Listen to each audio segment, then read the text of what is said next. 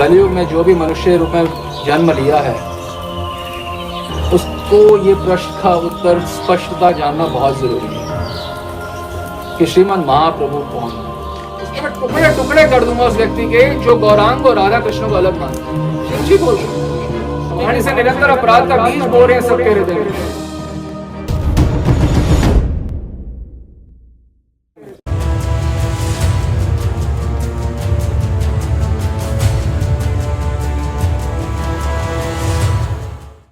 अब ज्यों ज्यों महाप्रभु चैतन्य देव की महिमा सुनते संतों का सानिध्य नहीं मिलता।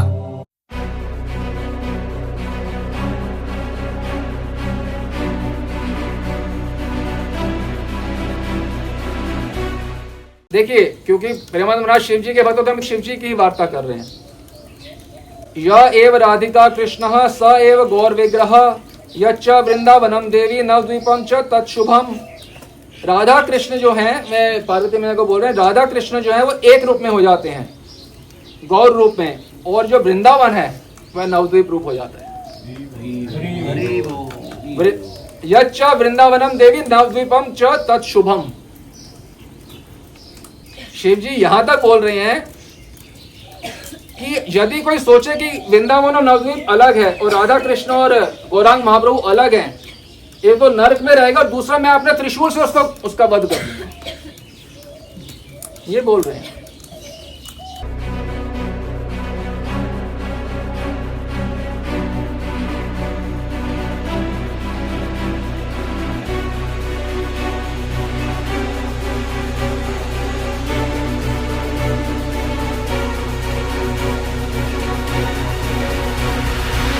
शिव जी, आप कहोगे मैं शिव जी का भक्त हूं, अब शिव जी का तो शिव जी की बात भी नहीं मानते। अब कृष्ण के भक्त हो, कृष्ण की बात, राधा रानी के भक्त हो, राधा रानी की भी बात नहीं, तो भक्त किसके हो फिर आप? ये अनंत संहिता बताया जा रहा, यथा वृंदावन धाम श्री कृष्ण कृपा निधे नवद्वीपस तथा कांते सत्यम सत्यम बदामी अहम।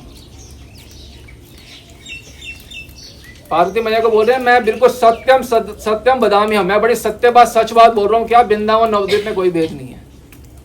शिव जी को इतना गिर के बात बोलनी पड़ रही है, गिरी हुई बात बोलनी पड़ेगी। मैं आप कोई झूठ बोलते हो वैसे भी क्या? शिव जी झूठ क्यों बोलेंगे? पर कलयुग में इतनी पतित बुद्धि है क्योंकि शिव जी की बात भी समझना है। करे सत्यम सत्यम बदामी अहम, मैं सत्य बोल रहा हूँ, सत्य बोल रहा हूँ, सच्ची। क्या वृंदावन नवद्वीप बिल्कुल बिंदु मात्र भेद नहीं है। जो वृंदावन वही नवद्वीप है। यद्वद वृंदावने रम्य श्री कृष्णो राधाया सह रेमे भक्तानंद करस तद्वद द्वीपे नव सदा। श्री कृष्ण जो है राधा रानी के साथ वृंदावन धाम में लीला करते हैं, आस्वादन करते हैं, वही राधा रानी के साथ एक रूप में होके नवद्वीप रूप में लीला करते हैं। वही हैं, वही परम गौरांग चैतन्य महाप्रभु परम भगवान हैं, परम संत नहीं है। परम संत उनके भक्तों को कहा जाता है।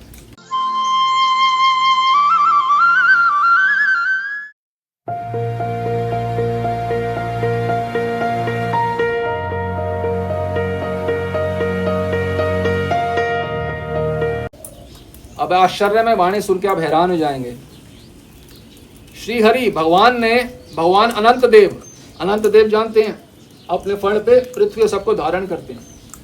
अनंत देव को श्री हरि ने, भगवान ने क्या कहा, अनंत देव को क्या कहा, सब सुने, विशेषकर प्रेमानंद महाराज, कि अनंत देव को कहा श्री हरि ने कि यदि आप राधा कृष्ण की प्रेममयी सेवा चाहते हो, श्लोक आपके सामने आ रहे हैं, तो वृंदावन में राधा कृष्ण की प्रेममयी सेवा चाहते हो तो तुरंत नवद्वीप चले जाओ और श्री गौरांग महाप्रभु की अर्चन करो, वंदन करो, उनकी भक्ति करो।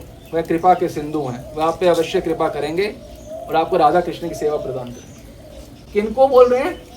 भगवान को बोल रहे हैं। अनंत देव तो साक्षात ईश्वर स्वरूप हैं, उनको बोल रहे हैं कि आप तुरंत चले जाओ नवद्वीप में, वहां गौरांग महाप्रभु की आराधना करो, उनकी भक्ति करो। फिर अनंत देव ने नवद्वीप में आके 10,000 वर्ष यहाँ पे रह के श्री गौरांग महाप्रभु की आराधना करी। तत्र गत्वा नवद्वीपे, तत्र गत्वा चले गए नवद्वीप। कौन?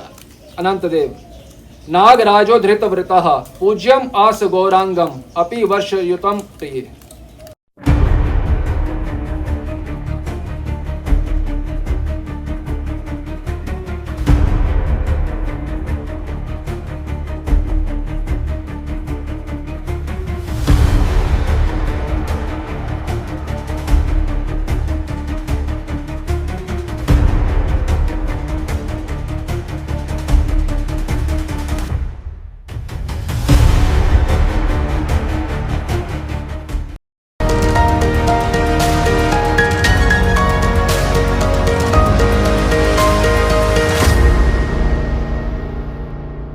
सोचो बड़ा आश्चर्य होता है। जिनके घर में भगवान अवतरित हुए हैं, चैतन्य महाप्रभु साक्षात आचार्य और भगवान अभेद है। स्कंद पुराण से भी थोड़ा जान लें। अंतः कृष्णो बहिर्गौरः, अंतर वो कृष्ण ही हैं, बहिर्गौरः बाहर से गोरे दिखने वाले हैं वही श्याम सुंदर। अंतर ये कौन बता रहा है? स्कंद पुराण। अंतः कृष्णो बहिर्गौरः,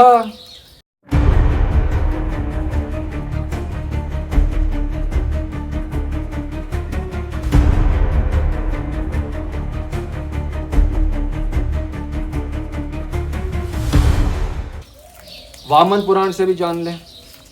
कलिघोरतमश्चनम सर्वन आचार वर्जितन सची गर्भे च संभूय तरिष्यामि नारद।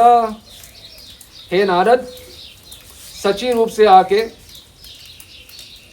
सब कलयुग का अज्ञान का विनाश करते हैं। ये वामन पुराण में वर्णन आ रहा है।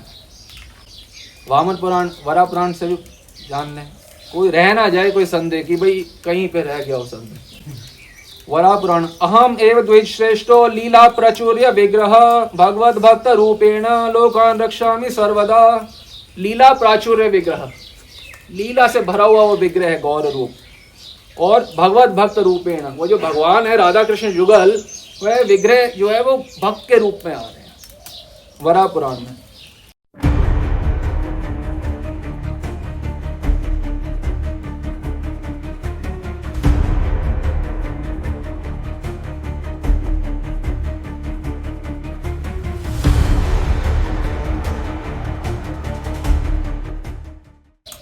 वायु पुराण में स्पष्ट बताया जा रहा है।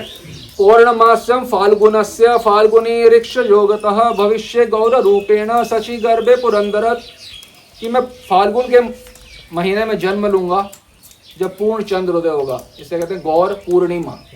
पूर्णिमा बोलो, हम तो ये ग्रंथ नहीं मानते, वो ग्रंथ नहीं मानते। अब आप क्या सामवेद को भी नहीं मानेंगे? सामवेद तो चतुर्वेद में से एक है। सामवेद में क्या बताया जा रहा है? तथा अहम कृत संन्यासो भोगीर्नो अवतरिष्य तीरे त्व अलकनंदायाः। अलकनंदा यानी गंगा। तथा अहम, इसलिए मैं कृत संन्यास आश्रम ले संन्यासी बन के अवतरिष्य तीरे, कहां पे? अलकनंदया। इससे ज्यादा वेद और क्या बताएं आपको? अलकनंदा के तीर पे, गंगा तीरे मैं अवतरित होता हूं सन्यासी, उसके बाद मैं बनता हूं। सामवेद बता रहे हैं।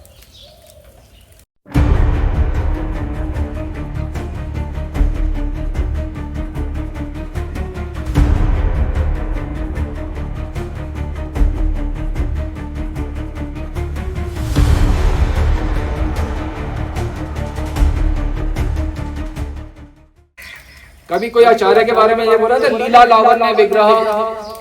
लीला लावण्य होता है आचार्य का रूप। नरसिंह पुराण से कोई जानना चाहें प्रेमानंद महाराज तो वो भी जान सकते हैं कि ये लिखा आ जाएगा, सत्य दैत्य कुलादि नाश समय सिमोर्ध्वः। इसका मतलब है कि सतयुग में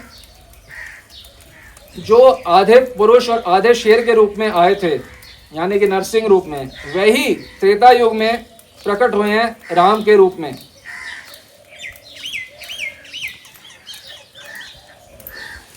और उन्होंने रावण का वध किया है। वही द्वापर में पृथ्वी का भार हटाने के लिए ब्रज में हुए हैं, और वही कलयुग में गौर रूप में अवतरित होते हैं और चैतन्य नाम प्रभु। नरसिंह पुराण में बताया जा रहा है चैतन्य नाम प्रभु। वो ही जो नरसिंह थे वही कृष्ण हैं, वही राम थे, वही चैतन्य महाप्रभु के रूप में प्रकट हो रहे हैं। नरसिंह पुराण में वर्णन है।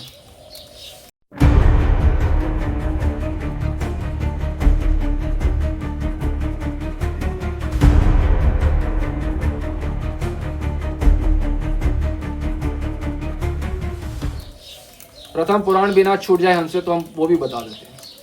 कले प्रथम संध्यायाम गौरांगो अहम महितले भगीरथी तते रम्य भविष्यामि सचीसुतः। कलयुग की प्रथम संध्या में मैं गंगा तीर पर सची मैया यानी यशोदा मैया के गर्भ से प्रकट होता हूँ और मेरा जो रूप होता है गौरांग, गौर रूप होता है।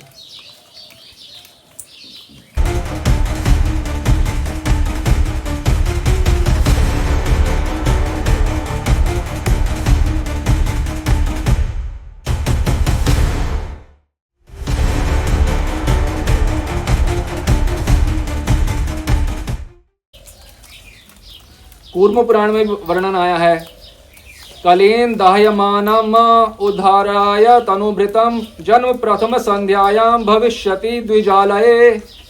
माने कलयुग में दहर जल रहे हैं लोग, कलयुग के अंदर दुखों में जल रहे हैं। तो कलीन दाह्यमानम, उसमें प्रथम संध्या, अभी तो कलयुग प्रारंभ हुआ है, प्रथम संध्या है अभी। ये नहीं बोला है कलयुग में बहुत बाद में आते हैं, प्रथम अभी प्रारंभ हुआ है, 5000 वर्ष हुए कलयुग के। तो प्रथम संध्यायाम, प्रथम संध्या में आते हैं। कूर्म पुराण वर्णन कर रहे हैं। अब ज्यों ज्यों महाप्रभु चैतन्य देव की महिमा सुनते त्यों त्यों इनके हृदय में बात आती कि एक बार चैतन्य देव सभा में पधारे। लेकिन जब तक विषय भोगों की कामना रहती, विषय भोगों का मद रहता है, तब तक संतों का सानिध्य नहीं मिलता। अब आगे तो महाभारत में भी वर्णन है। सुवर्ण वर्ण हेमांगो वरांगश्चंदनांगदी संन्यासकृच क्षमा शांतो निष्ठा शांति परायणः। सुवर्ण वर्णो हेमांगो, इसको समझने की भी कोई मुश्किल है। स्वर्ण वर्ण वो है गौर, स्वर्ण वर्ण है। हेमांगो, चंदन आदि लगाते हैं, जब तक विवाह नहीं होता तो चंदन लगाते हैं, चंदन अंग आदि। उसके बाद संन्यास कृष्ण शमः, उसके बाद वे संन्यास ग्रहण करते हैं और परम शांत रूप में रहते हैं।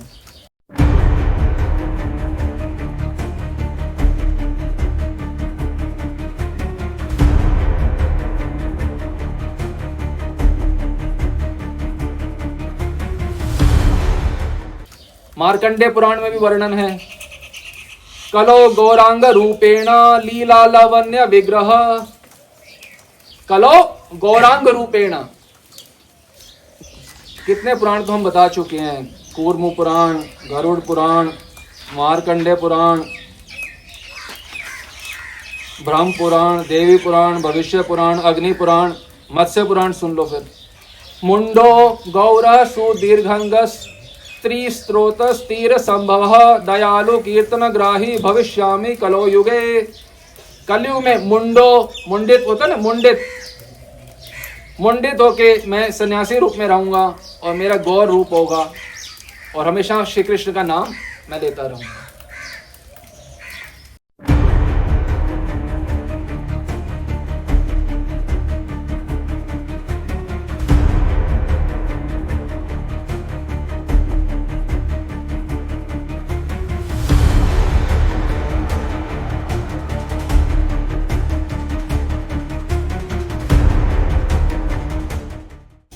और भी कितनी जगह वर्णन है चैतन्य चंद्रामृत अनेक ग्रंथों में कि जो श्री चैतन्य महाप्रभु ब्रह्मा शिव के भी उपास्य तत्व हैं। कोई आचार्य ब्रह्मा शिव का उपास्य तत्व नहीं होता, कोई आचार्य ब्रह्मा शिव के उपास्य तत्व, क्योंकि परम भगवान है ना।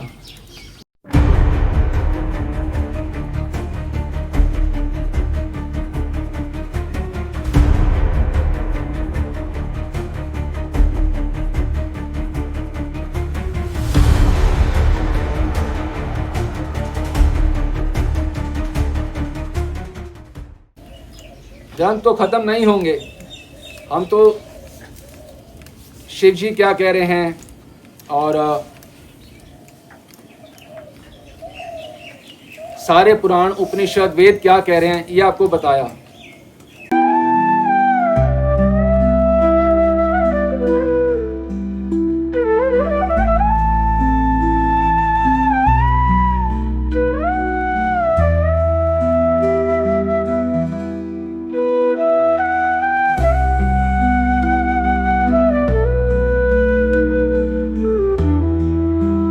स्वशक्त्या ऐक्यम, वह है श्री चैतन्य महाप्रभु।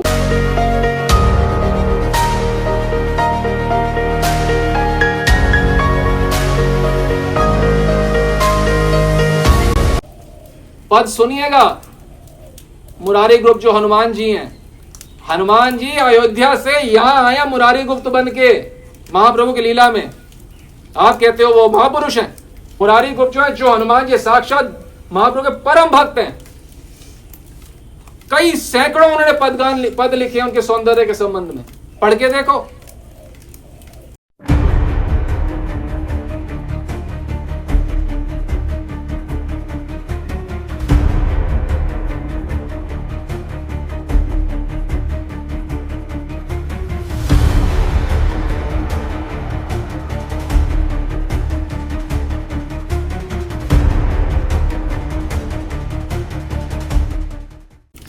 गज गति, हाथी के समान चलते ना, हाथी का चलना क्या चलन हो, तो वैसे महाप्रभु चलते हैं।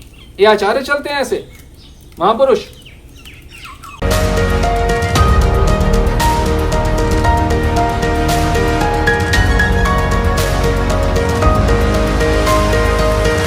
जो बड़ा आश्चर्य होता है, जिनके घर में भगवान अवतरित हुए हैं, चैतन्य महाप्रभु साक्षात आचार्य और भगवान अभेद है।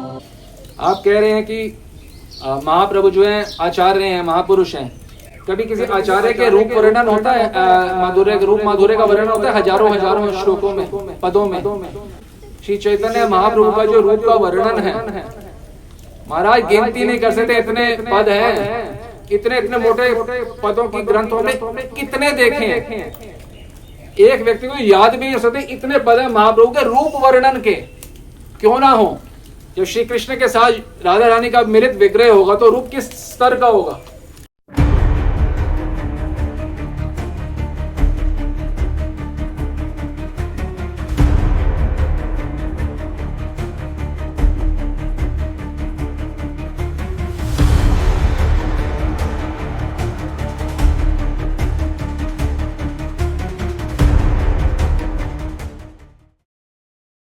इतने रूप के वर्णन है। ये जिन श्रील प्रबोधन सरस्वती पाद को हम सब मानते हैं, पूजते हैं, उन्होंने इस ग्रंथ में बताया हुआ है श्लोक नंबर 100 में, सौंदर्य काम कोटि, कभी कोटि काम देवों के समान सुंदर है। कौन? श्री चैतन्य महाप्रभु। आचार्य कोटि कामदेव के समान सुंदर होते हैं? थोड़ा तो सोचो, थोड़ा विचार तो करो अपने ऊपर, मैं क्या करता आ रहा हूं इतने सालों से। आचार्य कोटि कामदेव के समान सुंदर होते हैं। कोटिर मधुरमणि सुधा शीर माधविक कोटिर गौरव, कोटि कोटि आश्चर्यों को प्रकाशित करते हैं। कोटि कोटि अमृत के सुधा, अमृत के समान उनकी सौंदर्य है, मधुरिमा है, मन हरण करना।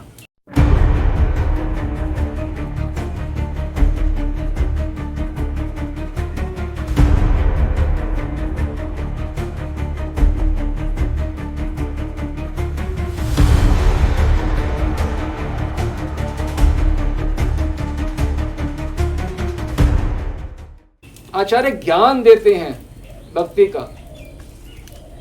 महाप्रभु कोटि, महाप्रभु देखे काम भाव जागृत हो जाए, इतने सुंदर है महाप्रभु।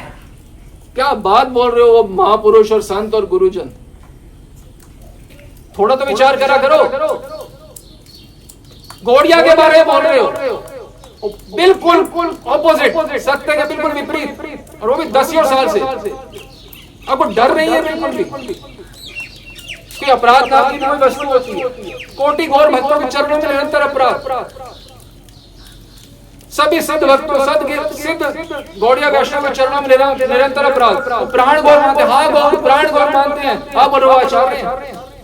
और हम जो अभी इस समय परिक्रमा कर रहे हैं, नवद्वीप मंडल परिक्रमा, हम ब्रज में जो परिक्रमा, हम ब्रज मंडल परिक्रमा भी करते हैं, अब हम नवद्वीप मंडल परिक्रमा कर रहे हैं। तो अलग अलग स्थान पर जहाँ राधा कृष्ण की लीला हुई है वो ब्रज मंडल परिक्रमा है। अनेक स्थानों पर जहाँ श्री चैतन्य महाप्रभु ने लीलाएं करी है वह नवद्वीप मंडल परिक्रमा है। तो आचार्यों की तो नवद्वीप मंडल परिक्रमा होती है, 500 साल से परिक्रमा हो रही है।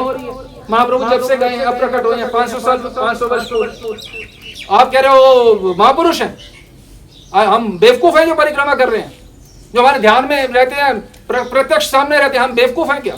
चंद्रशेखर बाबा मूर्ख थे, रामकृष्ण प्रसिद्ध रामकृष्ण पंडित बाबू मूर्ख हैं, हम सब मूर्ख हैं, शिव जी मूर्ख हैं, पुराण सब गलत हैं, एक आप सही। विचार तो करो।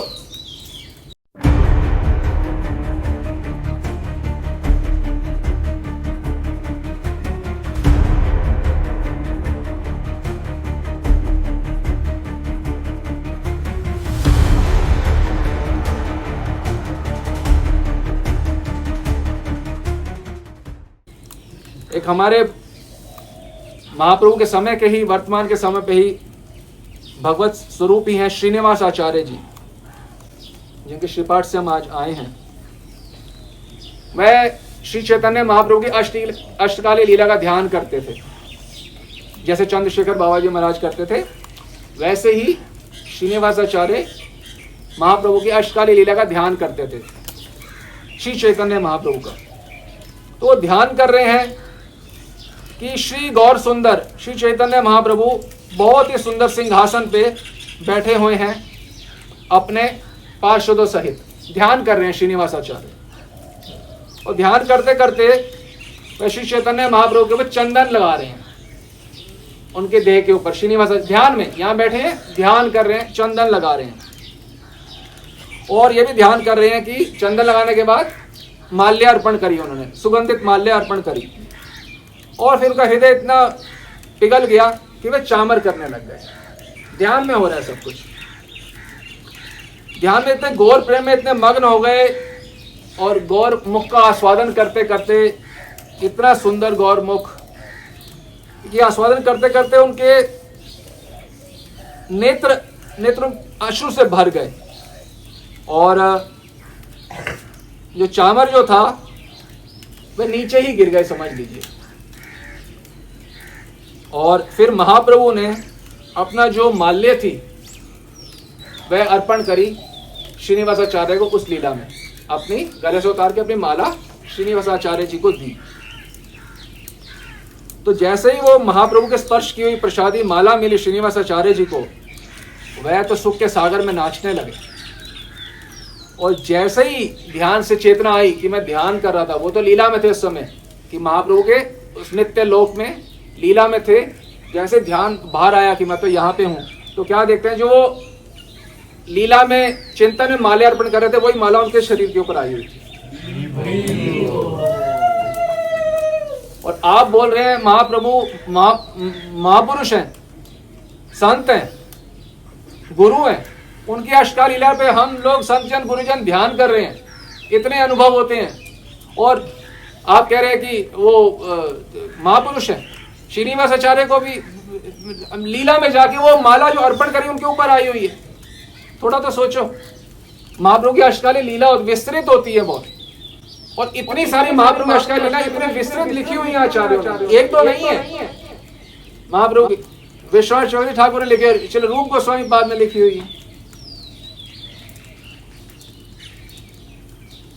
डिटेल में लिखा हुआ है महाप्रभु कब क्या करते हैं, जैसे ब्रज लीला में कब क्या करते हैं राधा कृष्ण, डिटेल होता है सुबह से रात तक। वैसे ही श्री चैतन्य सुबह से रात तक क्या क्या करते हैं अष्टकालीय लीला में।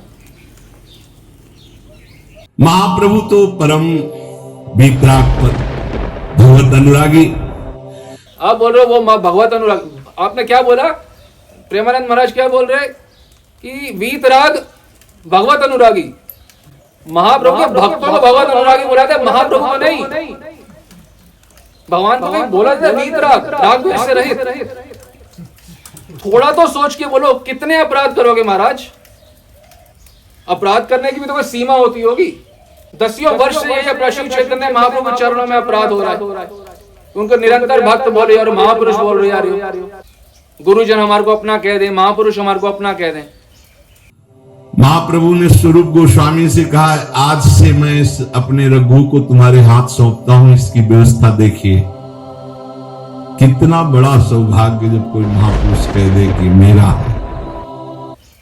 महाप्रभु अपना बोल रहे हैं, मतलब है भगवान हमारे को अपना बोल रहे हैं कि तुम मेरे अपने हो, ना कि गुरुजन बोल रहे हैं। महाप्रभु ने भोग पाया अपने हाथ से, लो बड़ा सौभाग्य जब गुरुजन अपना उच्छिष्ट देते हैं। भगवान अपना उच्छिष्ट देने से भगवत उच्छिष्ट कहा जाता है, गुरुजन का उच्छिष्ट नहीं कहा जाता। कौन सी दुनिया में विराजते हैं आप, अपनी वाणी से निरंतर अपराध का बीज बो रहे हैं सबके हृदय में। ये बोल के कि महाप्रभु भगवान नहीं, महापुरुष है, संत है, गुरुजन है, उच्छिष्ट है, दो महापुरुषों में मिला। क्या बोल रहे हो आप। महाप्रभु अपने भक्तों को षडभुज रूप में दर्शन देते हैं। 6 भुजाएं हैं, 2 राम के रूप में, 2 कृष्ण के रूप में बंसी बजा रहे हैं राम के रूप में, और संन्यास लिए हुए दंड के रूप में, कमंडल लिए हुए। षडभुज रूप में आचार्य दर्शन देते हैं। केवल षडभुज रूप नहीं दिखाया महाप्रभु ने, अष्टभुज रूप में दिखाया, 8 भुजाएं। महापुरुष अष्टभुज दिखाते हैं अपनी।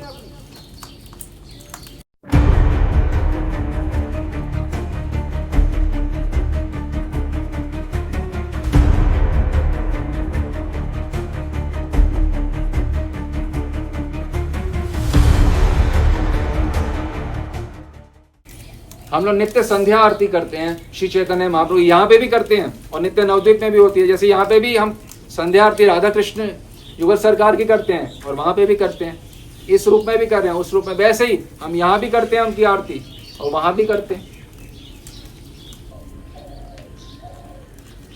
आचार्यों के चरणों में तुलसी अर्पण की जाती है क्या? जवाब दें, नहीं। क्या आचार्यों को डायरेक्ट भोग लगाया जाता है क्या? नहीं। तो हम तो महाप्रभु को सब भोग लगाते हैं।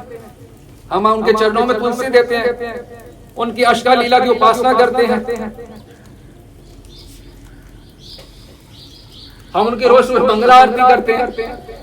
यहाँ पे मंगला आरती होती है, नित्य नवद्वीप में मंगला आरती होती है। हम अपने स्वरूप में रह के वहां पे मंगला आरती करते हैं।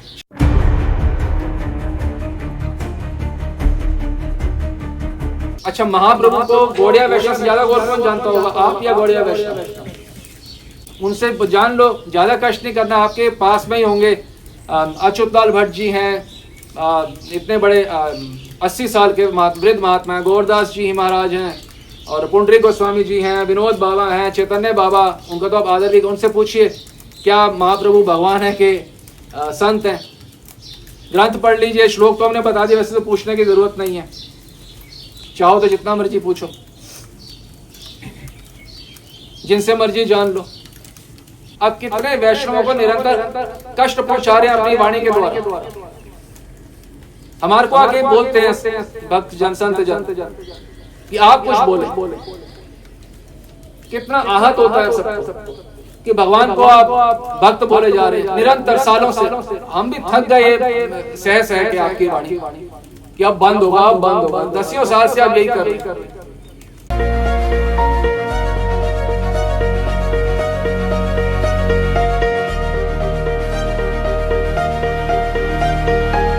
जो महाप्रभु को भगवान नहीं मानते, अपनी मति को तो यही मान सकते हैं। दुर्मति अगति सतत असत मति, नाही सुकृति लवलेश। इतनी दुर्मति है कि भगवान को आचार्य माने, इतनी दुर्मति है, इतना दुराग्रह है। एक होता है आग्रह, एक होता है दुराग्रह, कि आप कुछ भी शास्त्र बता दें, हम अपने खराब विचारों को ही पकड़ के बैठे। किसी में थोड़ी सी भी समझ हो, थोड़ा सा भी अपराध बोध हो कि ईश्वर के चरणों में मैं कितने अपराध कर चुका हूँ 20 वर्ष, कम से कम अब बंद कर दूं। और जो मेरे फॉलोअर्स हैं, मेरा दायित्व है ना कि मेरे जो अनुयायी हैं वो अपराध ना करे भगवान के चरणों में। मैं तो स्वयं अपराध का बीज बो रहा हूँ। आपके अनुयायी यही तो बोले, हमारे गुरुजी बोलते हैं चैतन्य महाप्रभु नित्यानंद प्रभु को भगवान मानते हैं, भगवान नहीं मानते, संत मानते हैं, अद्वैताचार्य को महाभगवान मानते हैं। कितनों के चरणों में अपराध करोगे आप?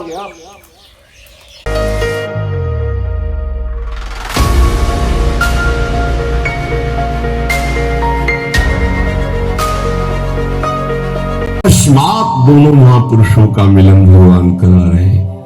लाए रामानंद जी वैभव संपन्न और धन्यता संपन्न और भगवत प्रेम संपन्न महाप्रभु चैतन्य देव कि भगवान को महापुरुष बता दिया, भगवान को महापुरुष बता दिया। क्या बोले? 2 महापुरुषों को मिलन, रामानंद राय और श्री चैतन्य महाप्रभु को मिलन, 2 महापुरुषों का मिलन है। रामानंद राय कौन है? विशाखा सखी है, विशाखा सखी और युगल सरकार का मिलन है। बृहद वामन पुराण, गौतम वाक्य, देवी पुराण, शिव पुराण, इसमें क्या बताया जा रहा है? प्राचीन समय यानी कि द्वापर में कृष्ण लीला में जो गोपियां, ये बड़ा बहुत महत्वपूर्ण बात है समझने की। ये बृहद वामन पुराण में बताया जा रहा है कि जो गोपियां थी श्री कृष्ण लीला में, वह सारी गोपियां नवद्वीप लीला में पुरुष होकर जन्म ग्रहण करती हैं। सारी गोपियां यानी कि कितनी गोपियां प्रमुख? 8 नहीं बोला, सारी गोपियां ललिता विशाखा सहित पुरुष रूप में जन्म ग्रहण करती हैं, जिसमें राय रामानंद जो है वो विशाखा सखी हैं।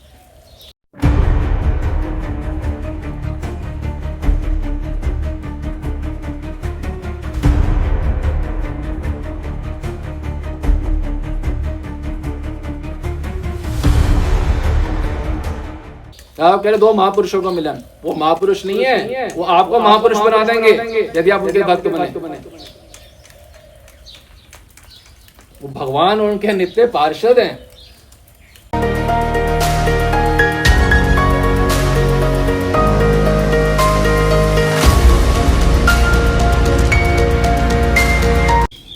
जो बाकी संप्रदाय हैं, कोई भी संप्रदाय राधा कृष्ण की, वह राधा कृष्ण के भक्तों से प्रकट हुई, चाहे वेणु हो, चाहे हरिदास बाके बिहारी प्रकट करने वाले, तो ललिता सखियों, अरे भगवान के पार्षदों से प्रकट हुए। और जो ये जो गौड़िया संप्रदाय है, ये साक्षात भगवान से प्रकट, एकमात्र संप्रदाय जो साक्षात भगवान डायरेक्ट भगवान से प्रकट, वो सर्वोत्तम भगवान जब संप्रदाय स्वयं रच रहे तो सर्वोत्तम वस्तु देने के लिए रच रहे। तो एक तो स्वयं सर्वोत्तम वस्तु से वंचित है, और जो आपको फॉलो करेंगे वो भी सर्वोत्तम वस्तु से सर्वथा वंचित रहेंगे। वंचितो अस्मि, निरंतर वंचित है। इसलिए हमने बताया कि महाप्रभु के प्रकट होने से बड़ी बृहद घटना पूरे कलयुग में कोई नहीं। सबसे बड़ी घटना क्या है कलयुग में? कि महाप्रभु सबसे ऊंची वस्तु देने के लिए।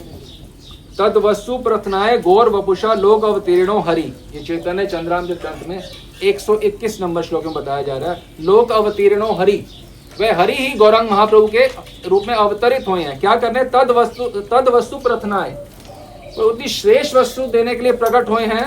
गौर वपुषा, किस रूप में? गौर वपु, वपु माने शरीर, गौर वपु में प्रकट हुए हैं। कौन? लोक अवतीर्णो हरि। इतने श्लोक में सब स्पष्ट है। पता नहीं आपने आज तक कभी शास्त्र नहीं पढ़े या क्या समस्या है? कैसी कोई बात बोल कैसे सकता है? हमें तो यह आश्चर्य है। महाप्रभु को भक्त मानना यह आश्चर्य है हमारे लिए। तो भाई काले को काले बोलना सामान्य बात है। अब काले कोई पीला बोलना शुरू कर दे, वो है ये क्या बोल रहे हैं? काले कोई हरा बोले।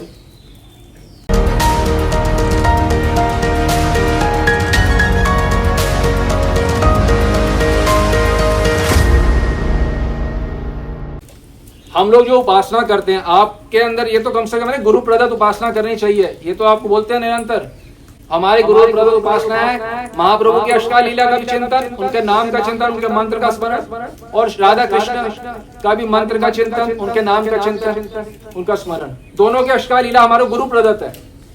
हमारे को गौरांग महाप्रभु का मंत्र भी मिला हुआ है, हमारा गुरु मंत्र भी मिला हुआ है। महाप्रभु गुरु नहीं है, गुरु का मंत्र अलग होता है, गौरांग महाप्रभु का मंत्र अलग है। और हमें जो आचार्य हैं उनका मंत्र भी मिला हुआ, जैसे रूप गोस्वामी वो आचार्य हैं, रूप मंजरी ब्रज में है, उनका मंत्र भी हमें प्राप्त है। तो हमारे पास सारे ये मंत्र हैं, गुरु का मंत्र है, गौरांग का मंत्र है, राधा कृष्ण का मंत्र है। तो गुरु प्रदत्त उपासना है। हमें मालूम है कि नित्य नवद्वीप में हमारा निवास स्थली कहाँ है। जैसे आप उपासना करते हैं राधा कृष्ण की, आपको पता है आप अपनी गुरु रूपा सखी में कहाँ रहते हैं आप। उसी प्रकार से हमें पता है हम गुरुदेव के चरणों में नित्य नवद्वीप में कहाँ रहते हैं। श्री चंद्रशेखर, पूज्य श्री चंद्रशेखर बाबा जी महाराज को पता है कहाँ रहते हैं। पूज्य श्री रामकृष्ण पंडित बाबा जी महाराज को पता है वो कहाँ रहते हैं। सभी संतों को पता है वे कहाँ रहते हैं, नित्य नवद्वीप में। आप बोलो वो संत हैं, महापुरुष हैं, गुरु चिष्ट, अरे कुछ तो सोचो।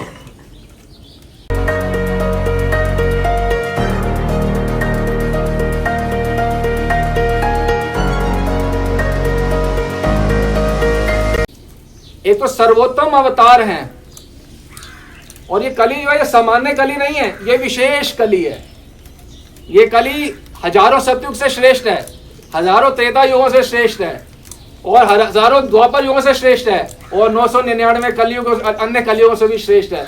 क्योंकि इसमें श्री चैतन्य महाप्रभु जो सबसे कलयुग है, इसमें सर्वोत्तम अवतार सर्वोत्तम वस्तु दान देने आए। सर्वोत्तम अवतार सर्वोत्तम वस्तु दान देने। क्या सर्वोत्तम वस्तु है? राधा कृष्ण की वह सेवा, प्रेममयी सेवा जो उन्होंने ही प्रकट करी है। राधा कृष्ण की वो प्रेममयी सेवा, परक्या भाव की वो उपासना जिसका वो आस्वादन खुद कर रहे हैं और वही आस्वादन सबको करा रहे हैं। राधा कृष्ण अपना निज नामामृत का आस्वादन करने के लिए, अपनी लीला का आस्वादन करने के लिए ही वही श्री कृष्ण गौरांग महाप्रभु के रूप में आए हैं, वही श्री कृष्ण। तो वे कौन से भाव में आस्वादन कर रहे हैं, परकिया या स्वकिया? परकिया होता है कि गोपियां और राधा रानी जो हैं विवाहित हैं परंतु छुप के श्री कृष्ण के साथ नित्य मिलन करती हैं, इसे परकिया भाव कहा जाता है। भाव परकिया है पर गोपियां परकिया नहीं है, वह तो उनकी नित्य कांताएं हैं गोपियां, राधा रानी। हम पहले भी वर्णन कर चुके हैं, जो पति होते हैं गोपियों के, वो इन जो राधा रानी इत्यादि जो ललिता विशाखा आदि हैं, इनकी छाया को भी स्पर्श नहीं कर सकते इनके पति। भाव पर किया है क्योंकि रस का उल्लास होता है छुप के मिलने में केवल। और ये जो है नित्य प्रतिपल जो है ब्रज में परकिया भाव से ही राधा कृष्ण की सर्वोत्तम लीला होती है। तो इस लीला में राधा कृष्ण की सेविका के रूप में हम सबको स्थान प्राप्त हो, इसलिए श्री चैतन्य महाप्रभु आए हैं। तो क्योंकि ये महापुरुष जानते हैं प्रबोधानंद सरस्वती पाद और सार्वभौम भट्टाचार्य, इसलिए कह रहे हैं कि ये शुद्ध भक्ति भी कोई करे तो परंतु वो तो उसे प्राप्त नहीं होगा जो महाप्रभु देने आए हैं, सर्वोत्तम राधा कृष्ण की भक्ति।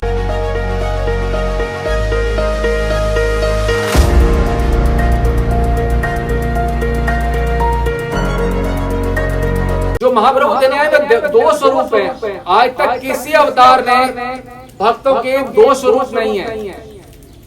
कैसे समझे? जब शुद्ध भक्ति करते हैं तो हम भगवान के धाम में जाते हैं, उनकी सेवा करते हैं एक ही स्वरूप में, कोई दास के रूप में करे, कोई सखा के रूप में करे, कोई कैसे। परंतु जो महाप्रभु के उपासक हैं, जिस प्रकार से राधा कृष्ण ही गौरांग महाप्रभु हैं, जिस प्रकार से ललिता विशाखा ही स्वरूप दामोदर राय रामानंद है नवद्वीप में, उसी प्रकार से जैसे हम राधा रानी के यहाँ सेविका होंगे, हमारा एक और स्वरूप होगा। जैसे ललिता विशाखा का एक और स्वरूप नवद्वीप में है, हमारा भी वैसे ही एक और स्वरूप नवद्वीप में होगा। वहां हम श्री गौरांग महाप्रभु के साथ भी रहेंगे और यहाँ पे राधा कृष्ण के साथ भी रहेंगे। दो स्वरूप होंगे, दो स्वरूप प्रदान करने वाले केवल एक ही ठाकुर है। और ठाकुर कौन है? श्री गौरांग महाप्रभु, श्री चैतन्य महाप्रभु। इसलिए वे जानते हैं ये महापुरुष प्रबोधानंद सरस्वती पाद और श्री सार्वभौम भट्टाचार्य कि दो स्वरूप प्राप्त हो रहे हैं गौड़िया वैष्णवों को। और जो एक स्वरूप है वो राधा कृष्ण की वो उपासना है जो अन्य राधा कृष्ण की उपासनाओं में भी नहीं है। अन्य राधा कृष्ण की गौड़िया को छोड़ के राधा कृष्ण की जितने भी उपासना है वह परकिया भाव में नहीं है। महाप्रभु कौन सा रस निरंतर आस्वादन कर रहे हैं? परकिया। जो नवद्वीप धाम है वहां पे जो यहाँ ललिता सखी हैं वो स्वरूप दामोदर होते हैं, वह पदगान करते हैं जिसके द्वारा महाप्रभु आस्वादन करते हैं। और पदगान सुबह से लेकर रात तक जो होते हैं केवल परकिया भाव में होते हैं। तो प्रतिपल नवद्वीप में जो राधा कृष्ण हैं गौरांग महाप्रभु के रूप में वह परकिया रस का आस्वादन कर रहे हैं प्रतिपल।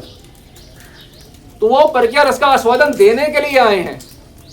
तो यदि हम राधा कृष्ण की उपासना में भी हैं तो हम सोचें यदि हम महाप्रभु की उपासना नहीं कर रहे तो जो उनके संगी हैं वो क्या कह रहे हैं कि मेरी मति अधन्यम मन्यते मति। प्रबोधानंद सरस्वती पाद की मति पता है कितनी बड़ी है? कहते मेरी मति में जो कि समुद्रवत है और हमारे सबकी मति क्या है? बूंदवत, बूंद के समान। जिनकी समुद्रमत मति है वह कह रहे हैं मेरी मानना है कि जो चैतन्य महाप्रभु की उपासना नहीं करते वह अधन्यम मन्यते मति, मेरी मानने में वो दुर्भागे हैं, अभागे हैं। कह रहे हैं वे वंचितो अस्मि वंचितो अस्मि वंचितो अस्मि न संशया विश्वम गौर रसे मग्नम स्पर्शो अपि मम न भवत। पूरा विश्व जो है गौर रस में मग्न हो गया परंतु मुझे उस गौर रस का एक बूंद भी नहीं मिला। तो क्या हुआ? मैं वंचितो अस्मि, वंचित, मैं वंचित रह गया गौर रस से।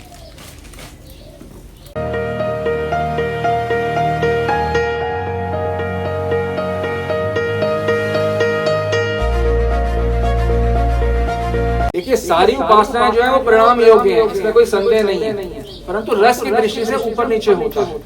जैसे कि दास्य रस से ऊपर होता है सख्य रस से ऊपर होता है वात्सल्य रस से ऊपर होता है मधुर रस से ऊपर होता है महामधुर युगल सरकार की सेवा।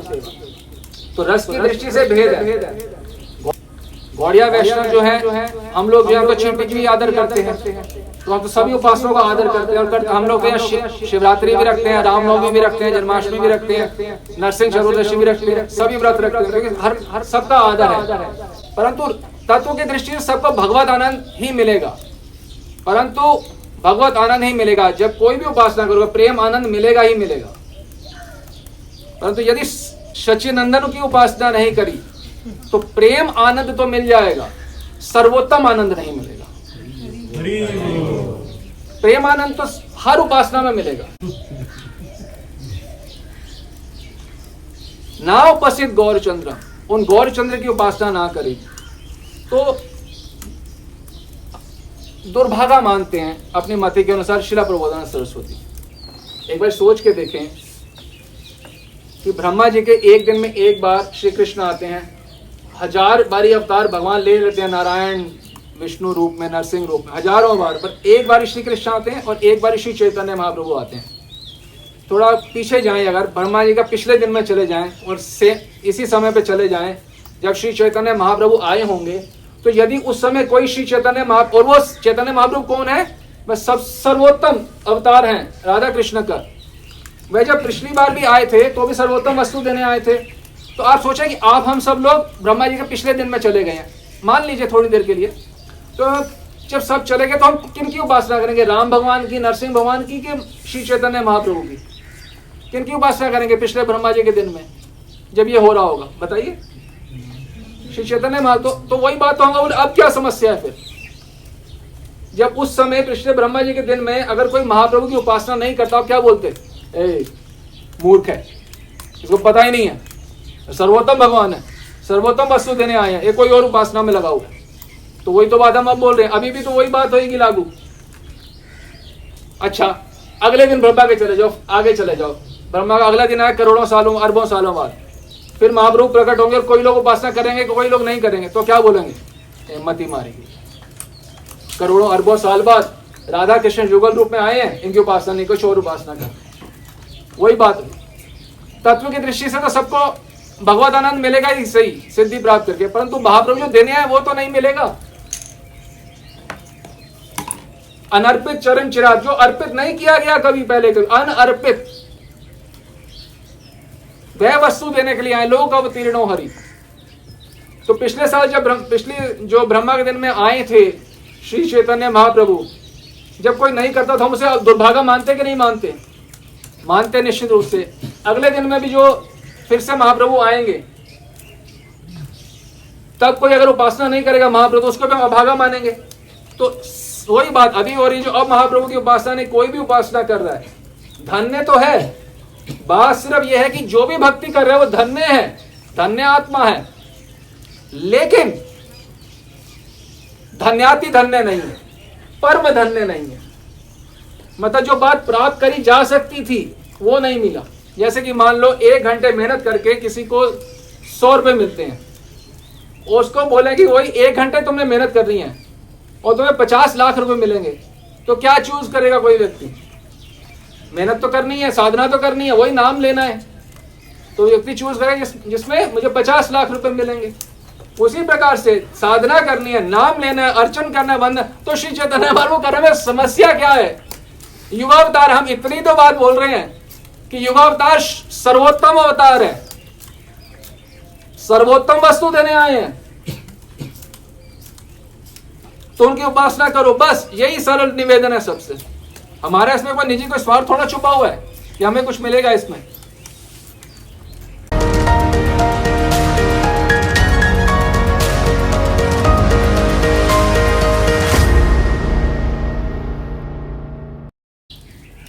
जैसे आपने प्रदीप मिश्रा जी के संबंध में, उन्होंने राधा रानी के संबंध में कुछ बोला, आपको अच्छा नहीं लगा तो आपने टिप्पणी दी और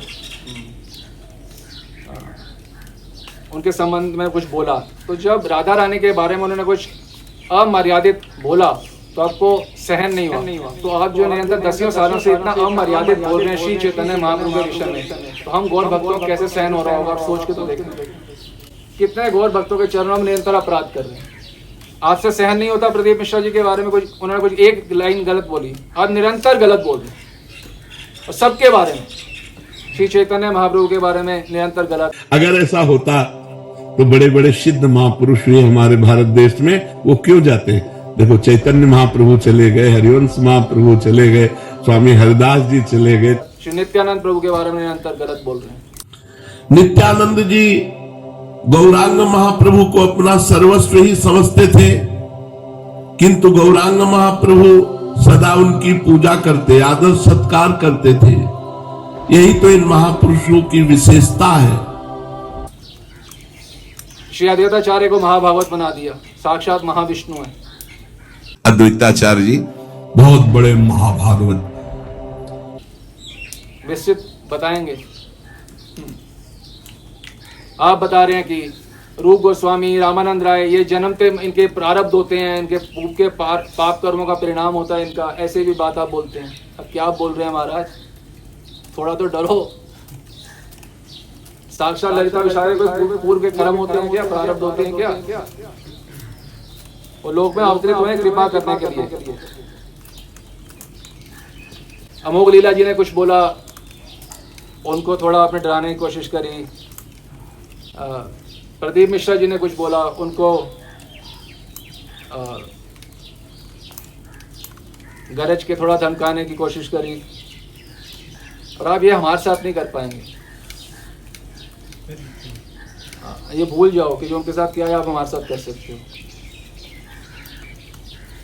हमें आपसे कोई सर्टिफिकेट नहीं चाहिए कि हम जो भक्ति कर रहे हैं।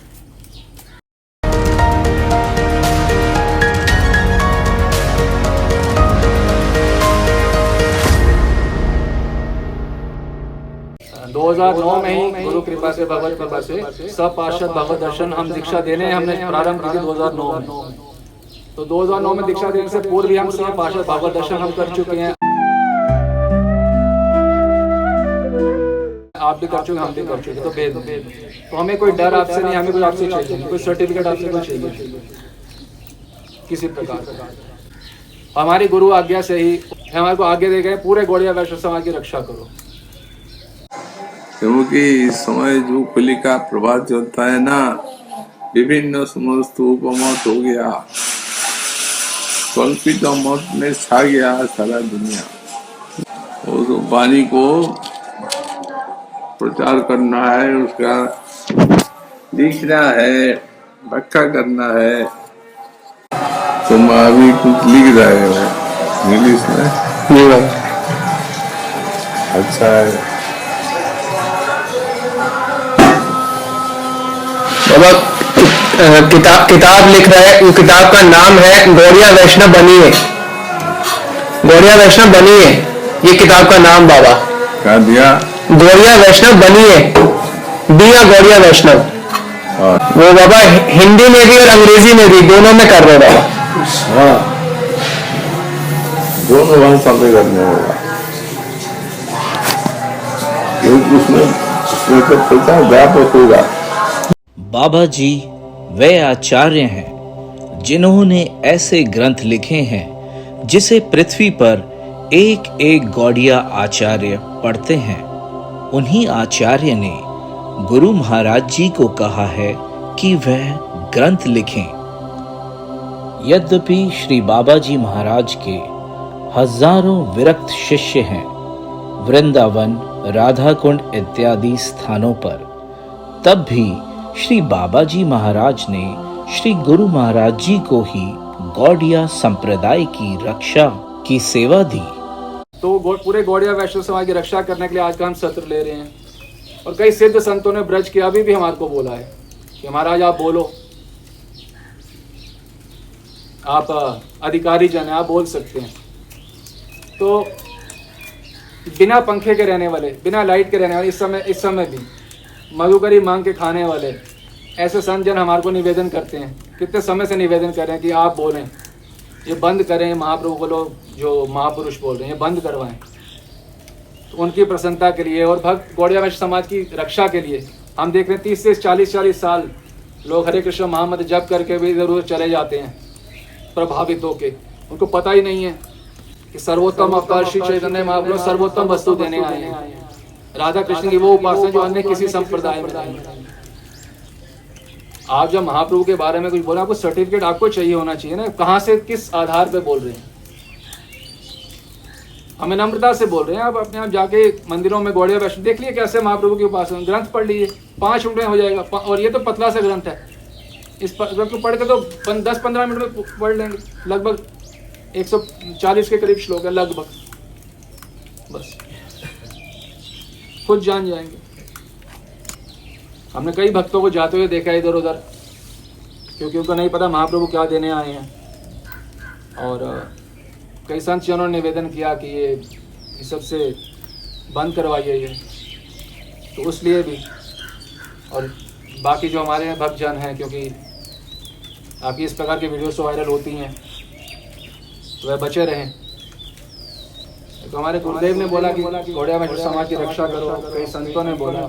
और जो वास्तविकता तो यही है कि राधा रानी के निज इच्छा से हमारा यहाँ पे ये जन्म है, पूरे विश्व को उनकी राधा रानी की सेवा प्रदान करने के लिए। और यदि आपको या किसी को भी नहीं समझ आ रहा, थोड़े दिनों में समझ आ जाएगा वो बात। आपका राधा रानी से यदि कनेक्शन है तो उनसे पूछ लीजिएगा ये सखी कौन है। और यदि आपका शिव जी से कनेक्शन है तो उनसे तो हमारा बहुत नज़दीकी सब कुछ है, तो वे आपको बता देंगे। थोड़ा ध्यान कर लीजिएगा, शिव जी राधा रानी दोनों ही बता देंगे यदि वास्तविक कनेक्शन है।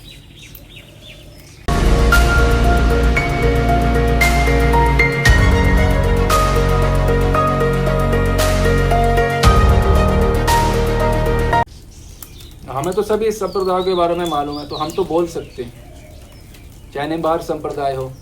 बड़े भाग हम पाई जो वर्णी नहीं जात बड़ाई जो, सुनहि न देखी ऐसी जोड़ी युगल किशोर किशोरी। संप्रदाय में भी है, सुनरी सखी मैं साच कहत हूँ, तू जल है ये मीन लालन तेरे ही आधीन, ओ लालन तेरे ही आधीन। हमारे संप्रदाय में है, राधा कृष्ण प्राण मोरा युगला किशोर, जीवने मरणे गति यार नाही मोर, राधा कृष्ण प्राण मोर युगल किशोर। यदि मालूम हो तो वो व्यक्ति बोल सकता है। आप जरूर बोलें, जान लीजिए क्या सत्य है, बोलिए। जब तक नहीं मालूम या नहीं जानना चाहते तो मत बोलिए, सरल बात है।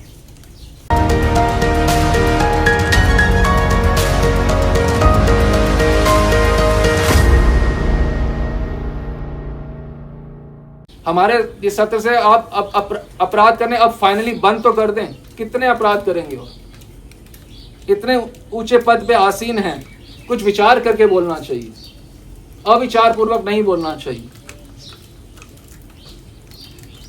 आप अपने पंथ के बारे में बोलना चाहिए, पर जिस विषय में आपको पता ही नहीं है उस बारे में आप क्यों बोल रहे हैं? किसी वास्तव में गौड़िया वैष्णव आचार्य के चरणों में बैठ के या तो सीखें कि क्या गौड़िया वैष्णव संप्रदाय है और फिर बोलें, कोई समस्या नहीं है। तो बिना सीखे बोलेंगे तो निरंतर अपराध होंगे और अपराध का बीज अपने अनुयायियों में भी बोएंगे। यदि आपको आपका गलती समझ आई हो तो श्री चैतन्य महाप्रभु के चरणों में क्षमा प्रार्थी हो, रो के उनसे क्षमा मांगे कि इतने सालों से क्या गलत कर रहा था, शायद क्षमा मिल जाए।